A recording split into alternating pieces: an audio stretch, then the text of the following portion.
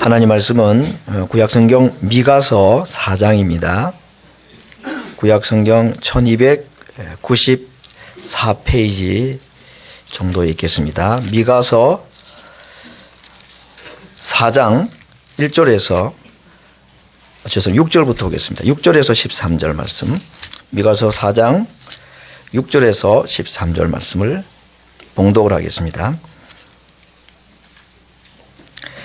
여호와께서 말씀하시되 그날에는 내가 전원 자를 모으며 쫓겨난 자와 내가 환난 받게 한 자를 모아 그 전원 자로 남은 백성이 되게 하며 멀리 쫓겨났던 자로 강한 나라가 되게 하고 나 여호와가 시온 산에서 이제부터 영원까지 그들을 치리하리라 하셨나니 너 양떼의 망대요 딸 시온의 산이요 이전 권능 곧 예루살렘 딸 예루살렘의 나라가 네게로 돌아오리라. 이제 내가 어찌하여 부르짖느냐 너희 중에 왕이 없어졌고 내 모사가 죽었으므로 네가 해산하는 여인처럼 고통함이냐.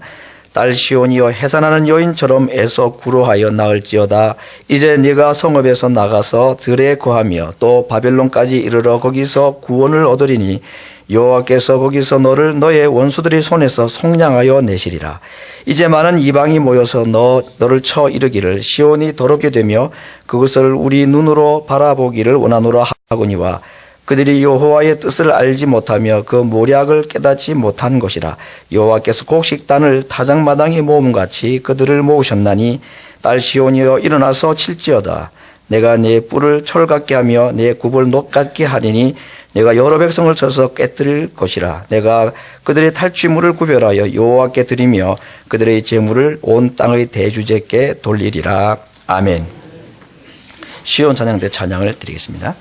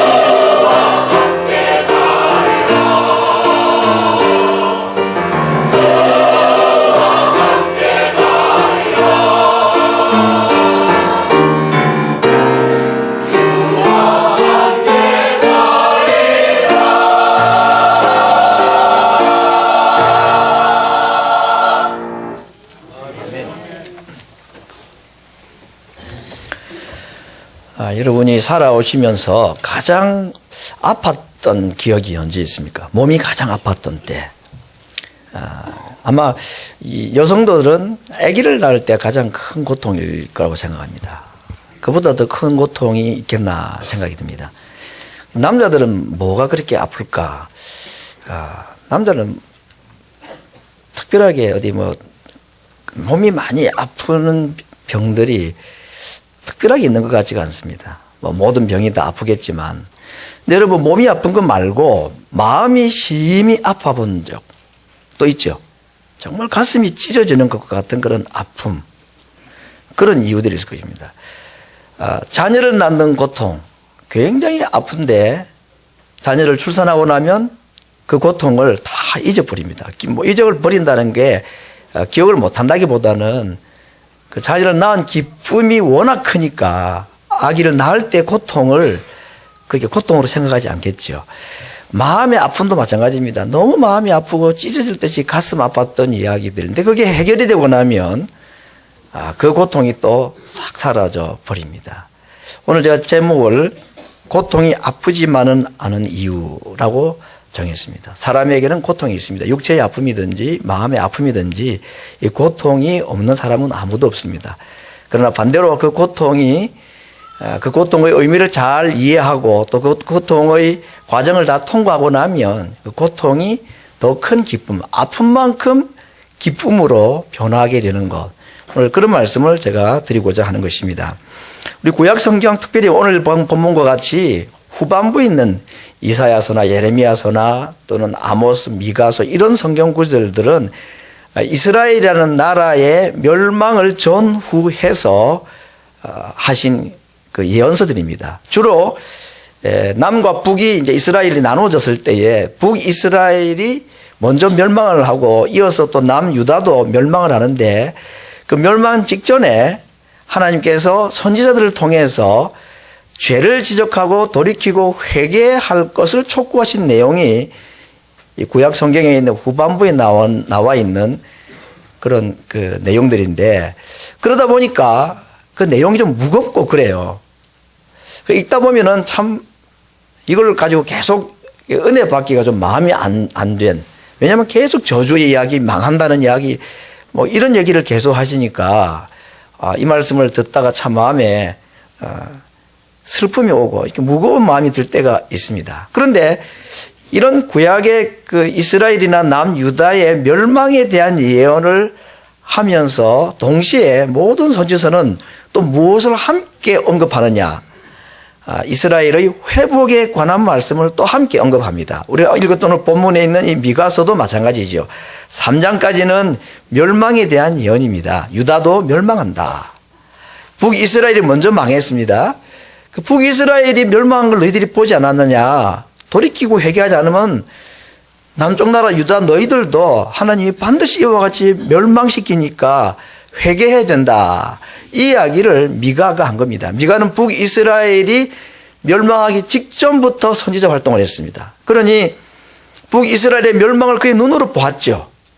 그러니까 남쪽 나라 유다에게 똑같은 경고의 메시지를 전달하는데 아주 생생한 체험을 가지고 있는 사람입니다. 얼마나 애통하는 마음으로 간절한 마음으로 남유다가 멸망하지 않기를 위해서 얼마나 간절하게 예언 활동을 했겠느냐 하는 겁니다.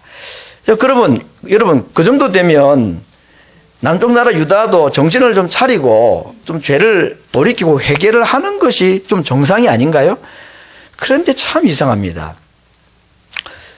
북쪽에 있는 자기 형제 국가가 똑같은 이유로 멸망하는 것을 보고도 아무리 죄를 지적해도 죄를 회개를 하질 않습니다. 남쪽 나라 유다가. 참 이상합니다. 근데 이상한 게 아니고 이것이 우리들이 얼마나 연약한 존재인가 하는 것을 보여주는 하나의 증거가 되는 겁니다. 여러분, 죄라는 것은 우리가 그렇게 마음먹은 만큼 쉽게 이길 수 있는 것이 아니다 하는 거 아니겠습니까? 북이스라엘이 멸망하는 그 죄를 남유다가 똑같이 따라합니다.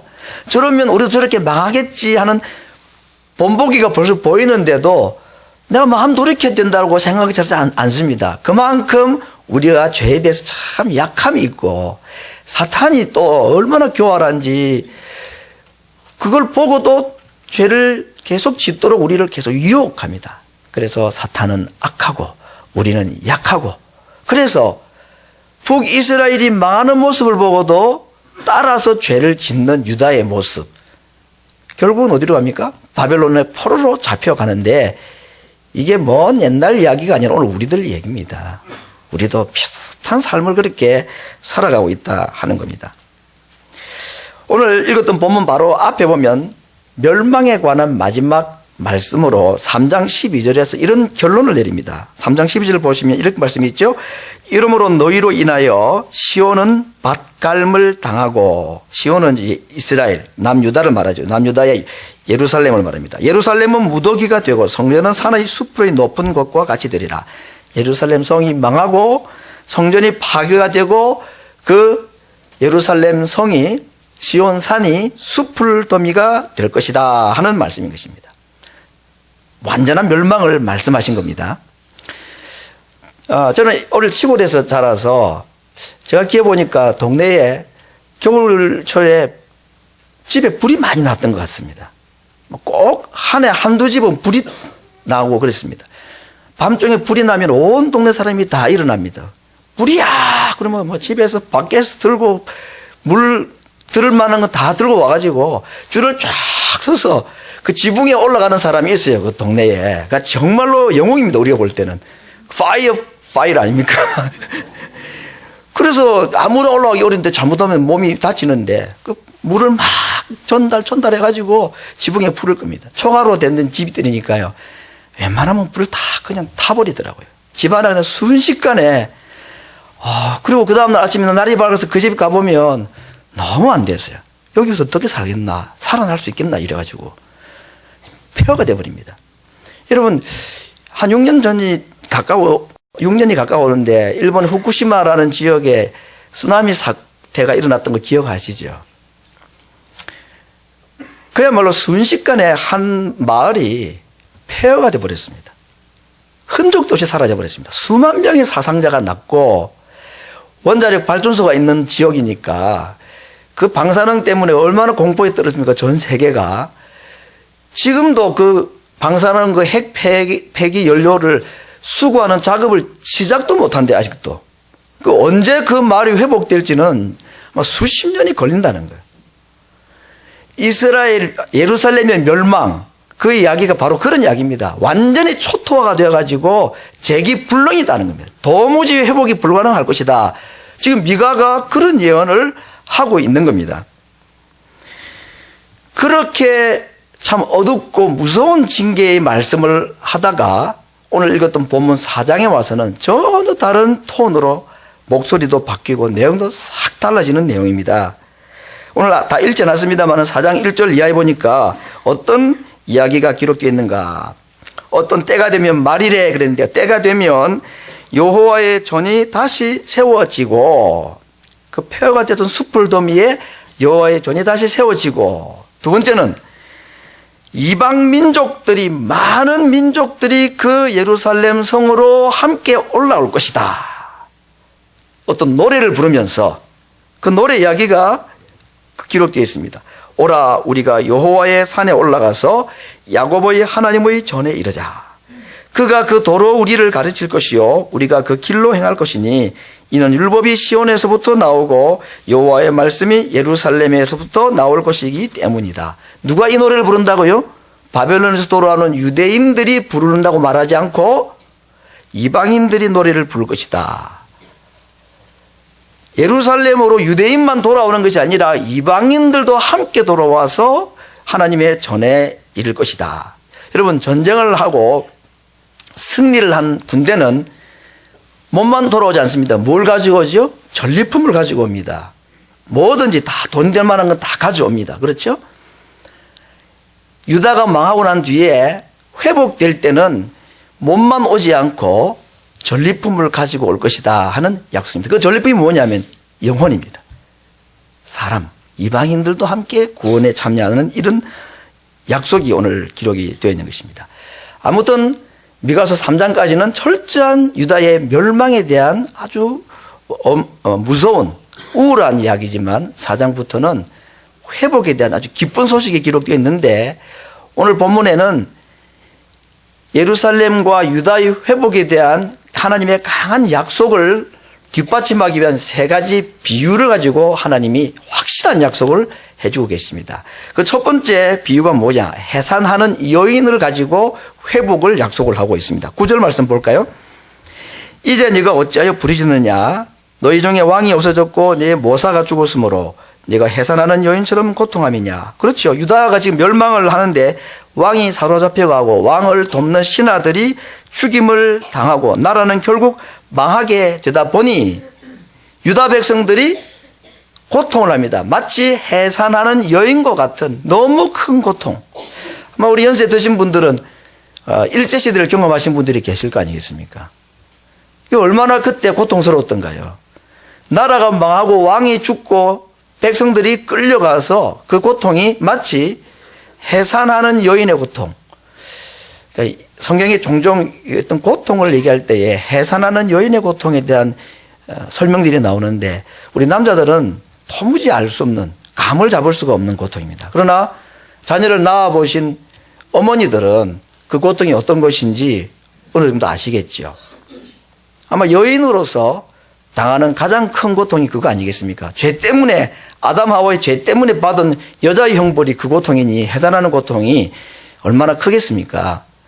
그래서 자연분만을 하는 산모들이 이야기는 들어도 그래도 용기 있는 엄마들은 나도 한번 무통하지 않고 자연분만해서 한번 아기를 고통 가운데 낳아봐야 되겠다 하는 사람이 10명 중에 한 2명 정도 된다는 것 같아요. 8명은 처음부터 그냥 다 나는 안 돼. 안 낳아봤지만 그 고통 내가 안 당하고 싶어. 얘기만 들어도 소름 돋아. 이러면서 무통분만하는 산모들이 더 많다고 하긴 하는데 아무튼 용기 있는 산모를 할지라도 두 번째 낳을 때는 그 고통을 너무나 많이 경험했기 때문에 무통을 많이 하고 한다고 그럽니다. 산모의 이 해산하는 고통이 얼마나 큰가 하는 것을 우리가 그런 얘기만 들어도 알 수가 있는데 지금 유다의 멸망을 지금 거기에다 비유를 하고 있습니다.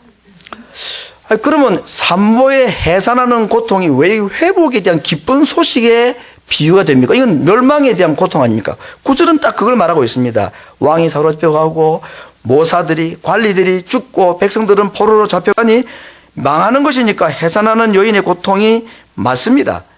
그런데 그 다음에 나오는 10절 말씀을 보면 이 해산하는 여인의 고통 이야기가 저주가 아니라 회복에 대한 메시지다 하는 것을 알 수 있습니다. 10절 말씀 볼까요? 딸 시온이여 해산하는 여인처럼 애써 구로하여 나을지어다. 그 다음 말씀은 이제 네가 성읍에서 나가서 들에 거하며 또 바벨론까지 이르러 거기서 구원을 얻으리니 여호와께서 거기서 너를 너의 원수들의 손에서 속량하여 내시리라. 9절에 나타나는 해산 고통은 범죄에 대한 형벌로서 주신 것이 맞습니다. 그래서 어떻게 합니까? 백성들이 성읍에서 성에 있던 사람들이 들로 끌려 나간다. 그래서 어디까지 끌려가느냐 하면은 바벨론이라는 남의 나라에까지 포로로 잡혀갈 것이다. 그런데 그 다음에 뭐라고 말씀하고 있는지 보실까요? 거기서 구원을 얻으리라. 거기가 어디입니까? 예루살렘입니까? 바벨론입니까? 바벨론이죠. 바벨론에서 구원을 얻는다고 말하고 있습니다. 바벨론에서 구원한다는 얘기는 두 가지 의미입니다. 첫 번째는 바벨론 포로에서 다시 돌아온다 하는 이 약속입니다. 이게 가장 일반적인 우리가 알고 있는 해석이죠. 그러나 오늘 제가 더 바벨론에서 구원 얻는다는 말씀의 의미를 제가 더 좋은 강한 하나님의 의미를 다시 한번 말씀드리고 싶은 것은 바로 그것인데 바벨론에서 구원을 얻는다. 바벨론으로부터 구원을 받는다는 게 아니라 바벨론에서 구원을 얻는다. 그것을 무엇에 비유했습니까? 여자가 아이를 낳는 것에 비유했다는 얘기입니다. 그러므로 바벨론은 하나님께 범죄한 이스라엘, 유다 백성들이 범죄한 백성들이 받는 형벌의 장소, 진역살이의 장소로만 의미가 있는 것이 아니고 형벌로 받은 바벨론 생활이지만 그것은 무엇을 위한 시간이냐? 해산을 하고 자녀를 낳는 모태와 같은 것을 하나님이 바꾸시겠다 하는 약속인 것입니다. 이것이 오늘 하나님께서 바빌론의 포로 생활이 저주요 고통으로 끝나지 않을 것이라는 약속이 되고 희망이 되고 이것이 우리에게 노래할 이유가 되는 이유가 거기에 있는 것입니다. 자녀를 낳을 때 고통을 하죠. 통증을 느끼고 고통을 합니다. 그러나 아기 낳는 고통이 힘들어가지고 아기 안 낳겠다는 엄마는 없죠. 아기는 낳고 싶은데 너무 힘들어. 그러니까 아기 안 낳고 싶어. 그런 엄마는 없습니다. 힘들어도 아기를 낳죠. 바벨론이라는 곳은 범죄한 이스라엘 유다가 하나님께 벌받는 장소로 시작이 되었지만 그 바벨론 포로 기간이 끝나는 동안에 하나님은 그 바벨론을 아기를 낳는 모태로 바꾸시겠다고 약속을 하신 것입니다.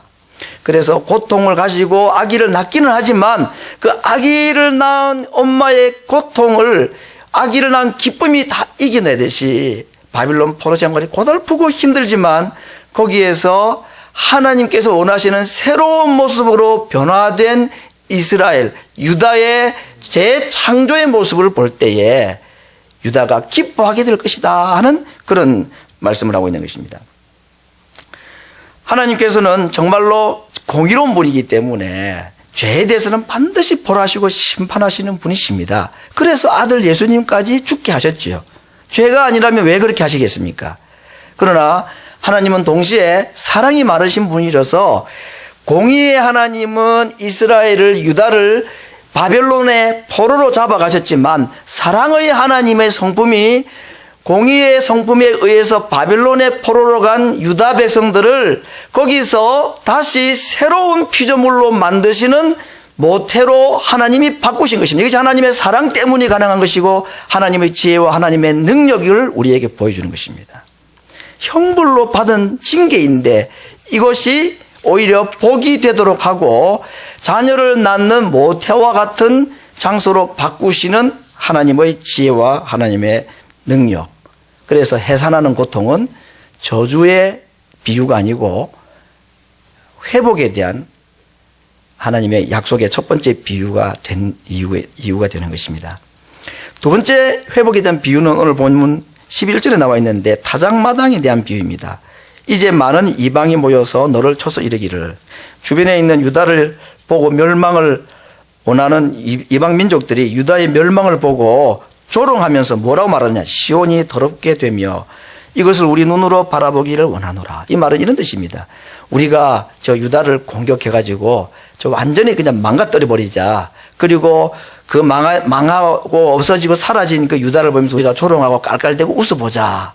그렇게 지금 주변 나라들이 그렇게 서로 의논하고 있는 그런 장면인 것입니다.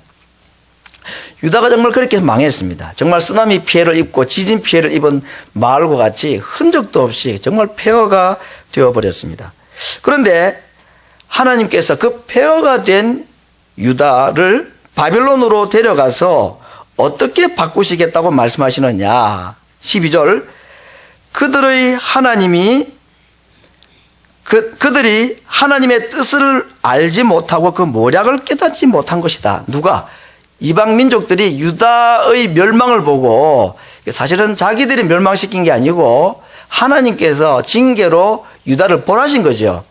근데 그것도 모르고 바벨론이나 주변의 나라들은 유다의 멸망을 보고 자기들이 잘났고 자기들이 강해서 이겼다 생각을 합니다. 그러면서 비웃고 조롱한다 그랬는데 오늘 미가서 선지자는 뭐라고 말합니까? 그렇게 유다의 멸망을 보고 오해하고 있다. 왜?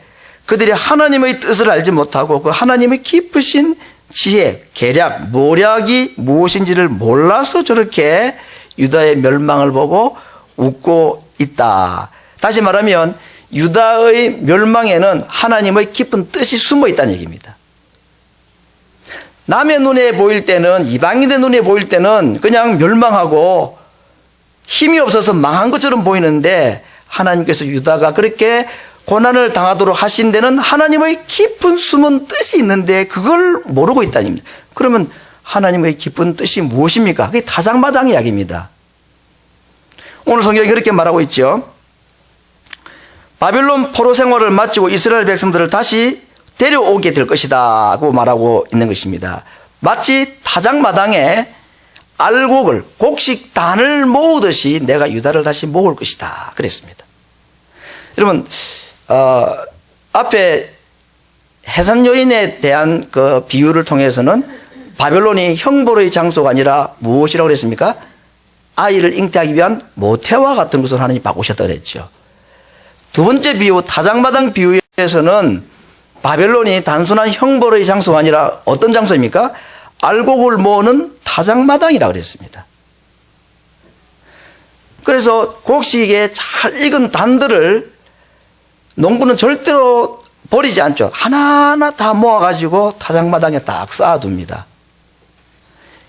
유다 백성들을 바벨론에 흩어 쭉정이로 만드신 것이 아니고 쭉정이와 같았던 유다 백성들을 바벨론이라는 장소에 심어서 거기서 알곡의 곡식단으로 바꾸셨다 그런 얘기죠. 두 번째, 곡식단을 모으고 난 뒤에는 어떻게 합니까? 농부가 타작을 합니다. 요즘에는 뭐 곡식 떠는 기계도 있고 컴바인든가 뭐 이래가지고 베면서 바로 탈곡을 바로 하죠. 근데 뭐 그런 기계가 없을 때는 시골에서 살아보신 분들은 아시지만 다 이렇게 곡식을 다 단을 묶어서 타작마당으로 가져오면서 쌓아놓고 난 다음에는 이제 뭐 경운기에 싣고 방앗간에 가기도 하고 하지만 더 옛날에는 제가 살아서 아는 게 아니고 들어서 아는 얘기. 방앗간이 어디 있고 경운기가 어디고 탈곡기가 어디 있습니까? 그때는 어떻게 합니까? 도리깨로 키즈를 한다 그러잖아요.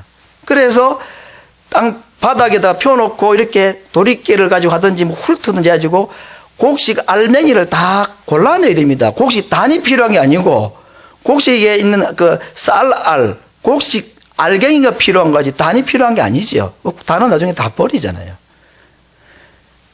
하나님께서 이스라엘 백성들, 유다 백성들을 쭉정이와 같았던 그들을 그냥 불에 집어 사르지 않고 바벨론이라는 곳으로 가져가셔서 거기서 심어서 좋은 토양과 같은 장소로 알곡으로 만드셨습니다. 그리고 하나도 남김없이 다 모으시고 마지막에는 탈곡을 해야 되는데 때리는 거죠. 바벨론은 알곡으로 자라는 토양에 불과했고 바벨론의 핍박과 압제는 그 알곡들을 떨어내는 타작하는 기계, 타작하는 과정에 불과했다. 이게 하나님의 말씀입니다. 그러니 이 사실을 모르니까 이방 민족들이 조롱하지요. 좀 망했다. 저 사람 얼마나 불쌍하냐. 유다 백성들 봐라. 하나님의 숨은 뜻과 그 계획을 모르니까 그런 소리 한다는 얘기입니다. 이 사실을 유다인들도 몰랐습니다.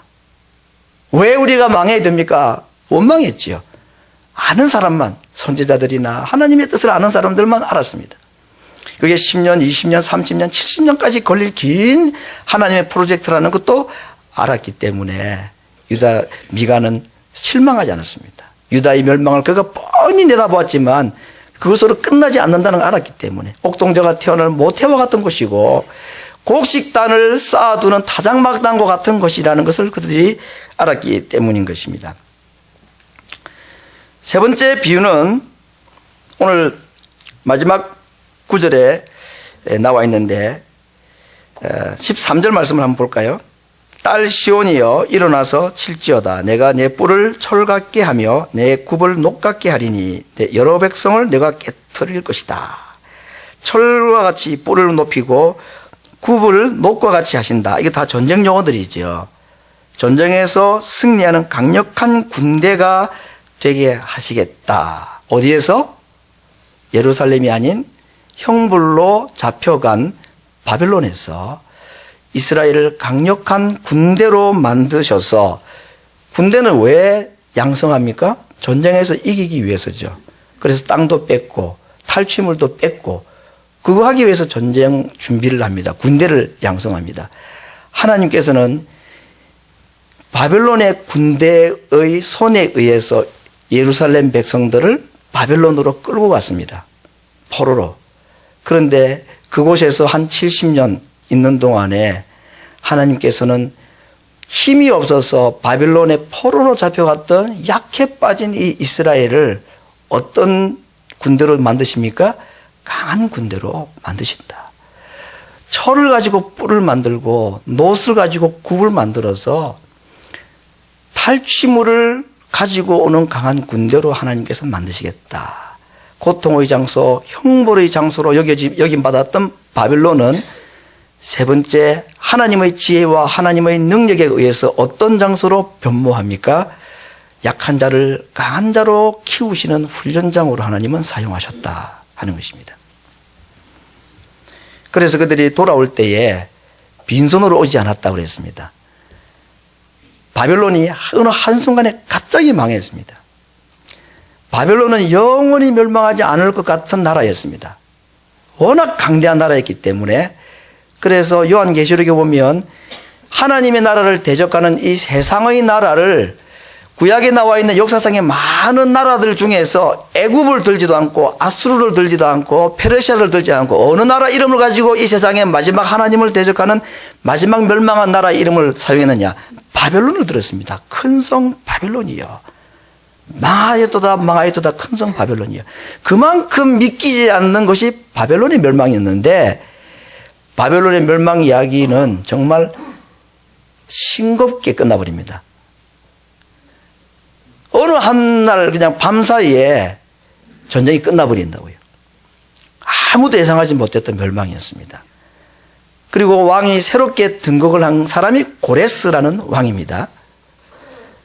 바사 제국, 페르시아 제국이 바벨론을 무너뜨리고 첫 번째 왕이 고레스가 왕이 되자마자 맨 먼저 한 것이 무엇이냐? 유다 백성들은 다시 예루살렘으로 돌아가라. 조건도 없이 누구든지 원하는 사람은 올라가라. 갈 때 빈손으로 가지 말고 금과 은과 재물을 옆에 있는 사람들이 다 주어서 보내어서 가게 하라. 그것뿐이 아닙니다. 가서 너희들이 섬길 하나님을 섬길 성전을 건축하라. 건축 비용은 전부 나라에서 되겠다. 탈취물을 가지고 간 거 맞죠?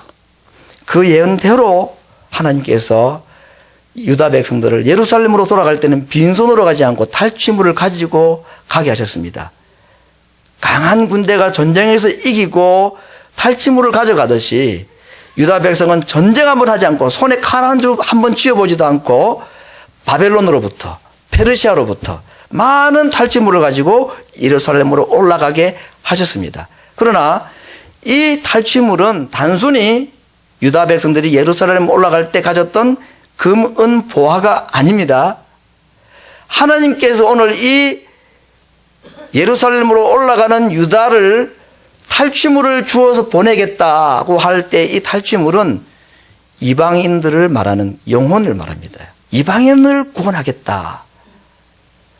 이제는 유다 백성들만, 이스라엘 백성들만 하나님을 섬기는 것이 아니고 누구까지도, 이방인들까지도 그 예루살렘으로 올라가면서 하나님께서 저기서 우리에게 말씀을 하시고 우리가 그 말씀을 배워야 된다 하고 이방인들이 노래하면서 예루살렘으로 올라가겠다 했던 그 예언이 바로 이 탈취물을 얻도록 하겠다 하는 예언의 말씀인 것입니다.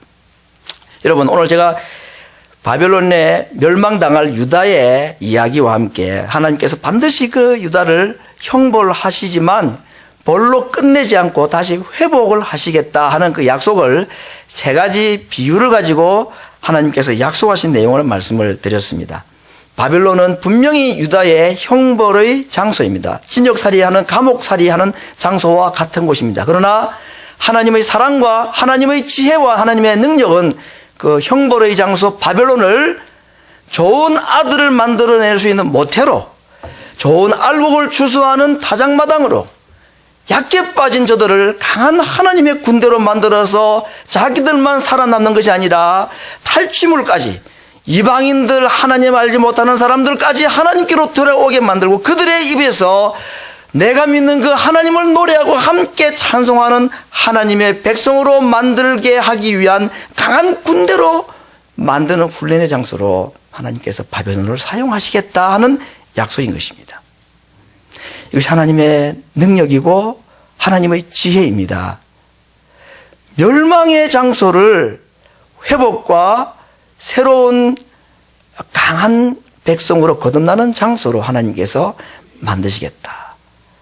바벨론이 무엇입니까? 우리에게 바벨론이 무엇일까요? 이스라엘 백성도 유다 백성들에게 바벨론은 형벌의 장소였죠.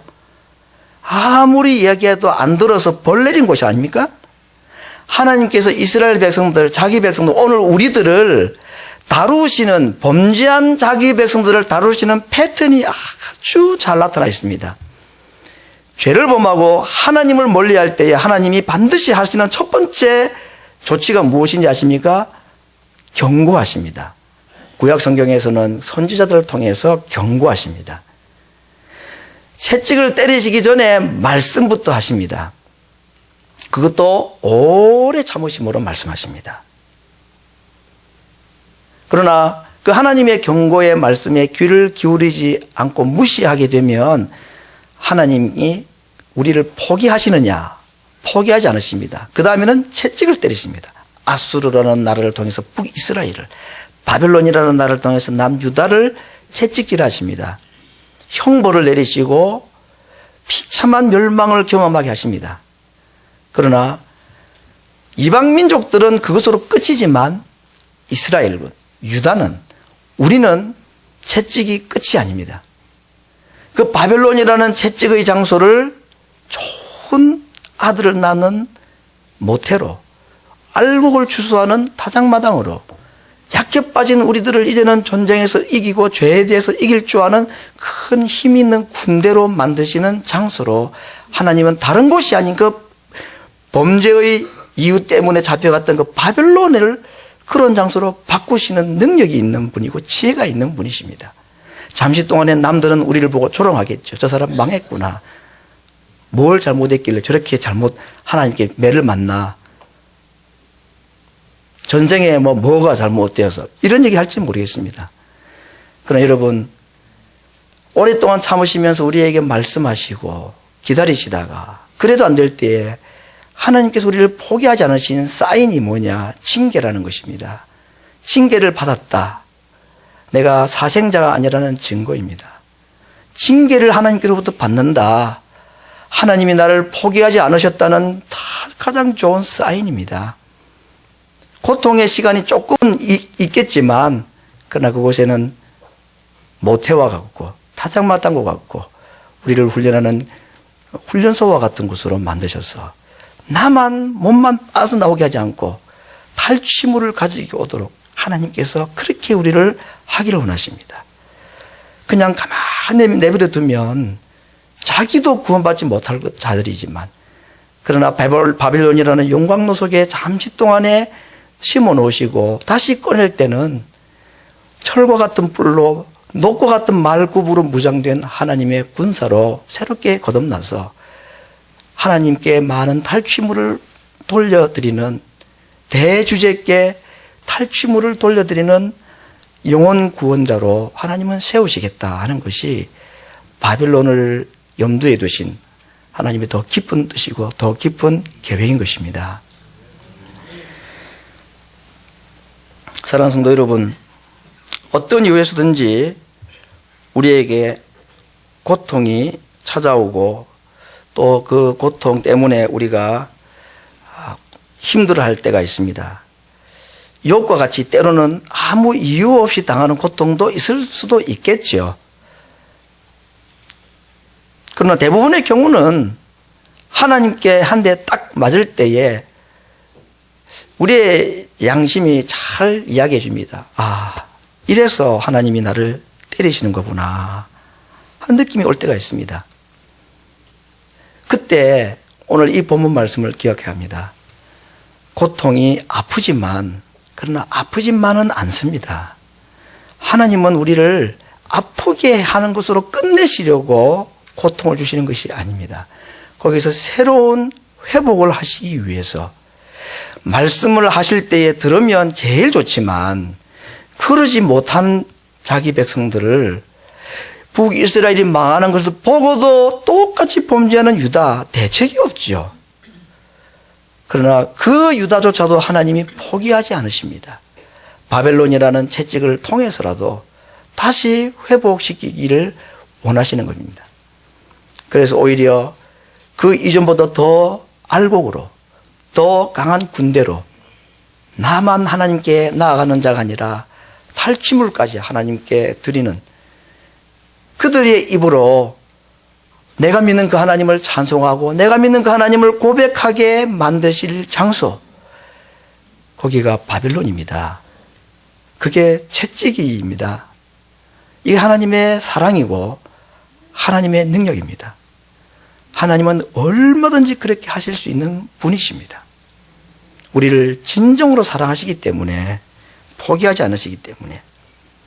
사랑하는 성도 여러분, 삶을 돌아볼 때 우리에게 참 아프고 고통스러운 일이 찾아옵니다. 물질로 인해서, 건강으로 인해서. 더 안타까울 때는 우리들이 가장 소중하게 생각하는 것, 그것을 때로는 취하시거나 치시기도 하십니다. 어떤 경우는 자녀가 그 채찍이 될 수도 있습니다.